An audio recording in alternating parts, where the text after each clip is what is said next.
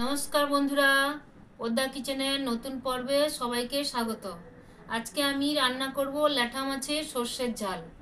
এই দেখুন, ল্যাঠা মাছ কেটে নেব। এই জ্যান্ত ল্যাঠা মাছ।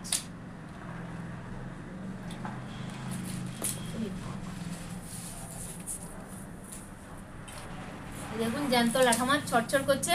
মাছগুলো আমি কেটে নেব।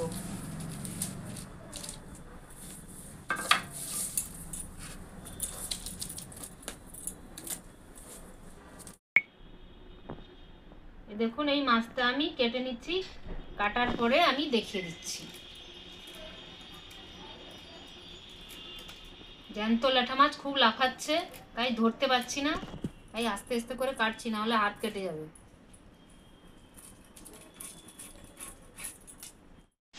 তো মাছগুলো আমার কাটা হয়ে গেছে। খুব লাফাচ্ছিল, তাই জন্য আমি দেখাতে পারিনি, না হলে হাত কেটে যাবে। আস্তে আস্তে করে মাছগুলো ছাই ছাড়া কাটা যায় না, গ্রামে তো ছাই ছাড়া কাটতে পারি না, এখানে ছাই ছাড়াই কেটেছি। তাই জন্য এই দেখুন, মাছগুলো কি সুন্দর কাটা হয়ে গেছে।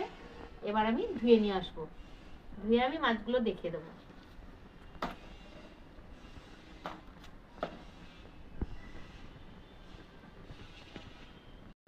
বন্ধুরা, মাছটা কেটে আমি ধুয়ে নিয়েছি। এই দেখুন, পরিষ্কার করে ধুয়ে নিয়েছি। এবার আমি মাছের নুন হলুদ মাখিয়ে নেব। মাছের নুন হলুদ মাখিয়ে দিচ্ছি।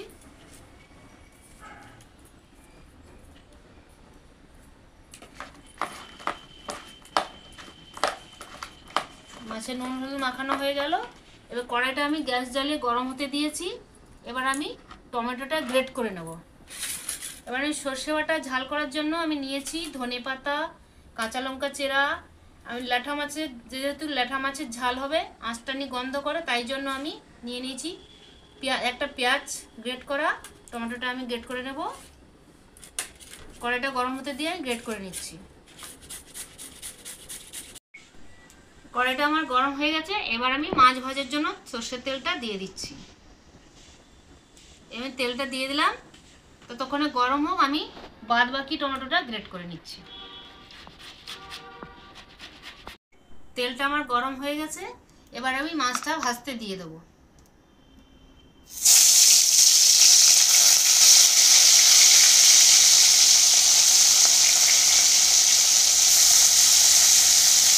আবারও দেখিয়ে দিচ্ছি। এই এখানে নিয়ে নিয়েছি সর্ষে বাটা, পেঁয়াজ বাটা, টমেটো বাটা, ধনে পাতা কুচানো, কাঁচা লঙ্কা চেরা। এইটাই এই পর্যন্ত লাগবে। এবার আমি আস্তে আস্তে করে মাছটা ভেজে নেব। আমার মাছগুলো ভাজা হয়ে গেছে লাল লাল করে। এবার আমি মাছগুলো একে একে তুলে নিচ্ছি।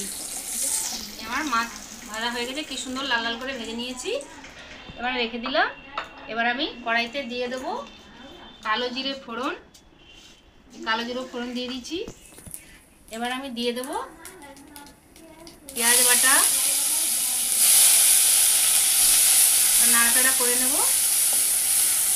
নিয়ে আমি একে একে সব কিছু দিয়ে দেবো। টমেটো বাটাটা দিয়ে দিলাম। কষানোর সময় অল্প ধনেপাতা আমি দিয়ে দিচ্ছি, আবার ছড়ানোর সময় অল্প দেবো। দিলে কষানোর সময় দেখবেন খুব সুন্দর টেস্ট হবে।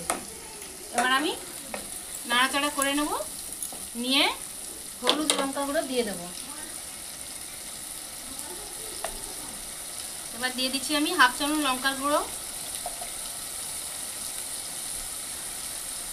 হাফ চামচ হলুদের গুঁড়ো,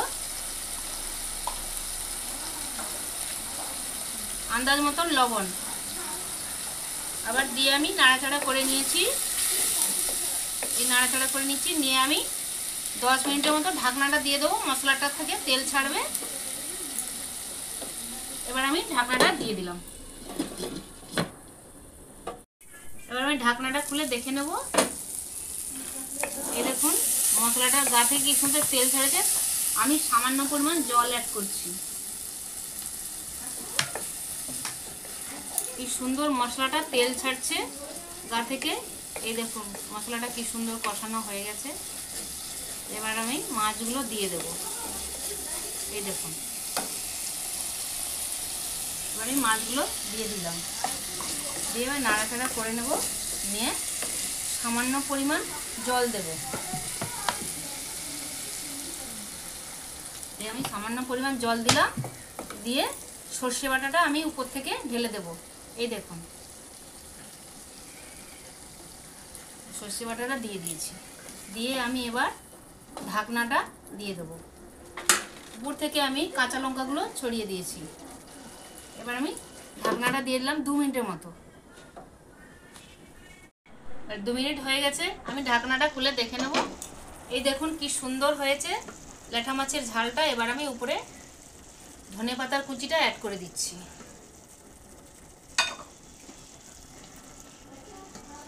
ধনেপাতার কুচিটা অ্যাড করে দিয়ে আমি একটু নাড়াচাড়া করে নেবো। দেখুন কি সুন্দর গ্রেভিটা লাল লাল হয়েছে, দেখতে ভালোই লেগেছে। আপনাদেরকে কেমন লেগেছে কমেন্ট করে জানাবে, সাবস্ক্রাইব করে দেবে।